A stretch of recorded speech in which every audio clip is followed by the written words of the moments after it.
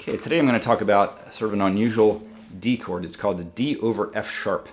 And by over means that the lowest note, which is normally the root, normally you'd play a D as the lowest note, regular D chord. This is the lowest note, and that's the root of it. That's a D note. Here you're doing an F sharp. Now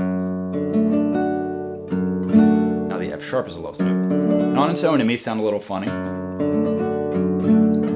But if you hear it in context, it becomes really useful. A really common chord progression is G to D. I'll play it one chord each. To D, to E minor, to C. I'm sure you've heard that before or have used it yourself. If you replace that regular D, you replace that with this D over F sharp. Makes a really interesting transition there. For one thing, the bass line, now instead of going, or the lowest note, instead of going from this,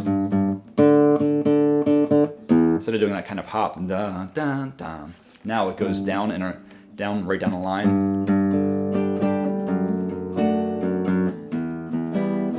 I think it's a bit more natural. And it adds to me it adds a little touch of melancholy to it, which I think is nice going into the E minor. You can also do it, you also don't really need to play the top, that top string. You could just do this.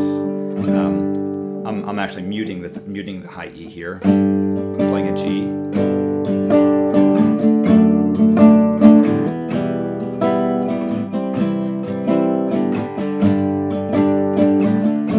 Or if you want to make a D, add 9, which you can do in place of any D. Just like this chord, the D over F sharp.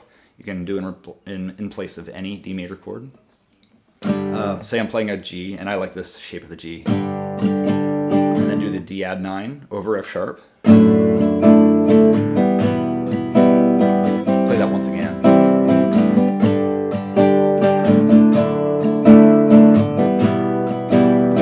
I think it's also a very nice progression. This works really well with finger picking through it also, where you really get the definition of the bass note.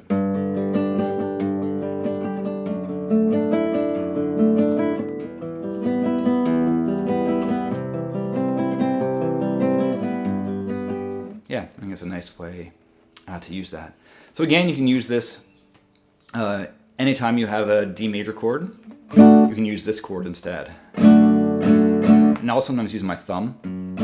The main thing is you want to be sure to mute the A string. The A is actually in the chord, so it's not out of the key. But to me, it's a little bit muddy, so I always mute it.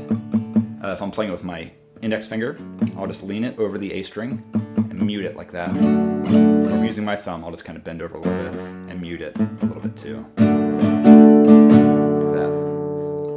Before going on to the E minor or wherever else you're going to do it. So I hope this is useful to you. Again, you can use it in place anytime you have a D. I think it's pretty useful and a pretty nice sound.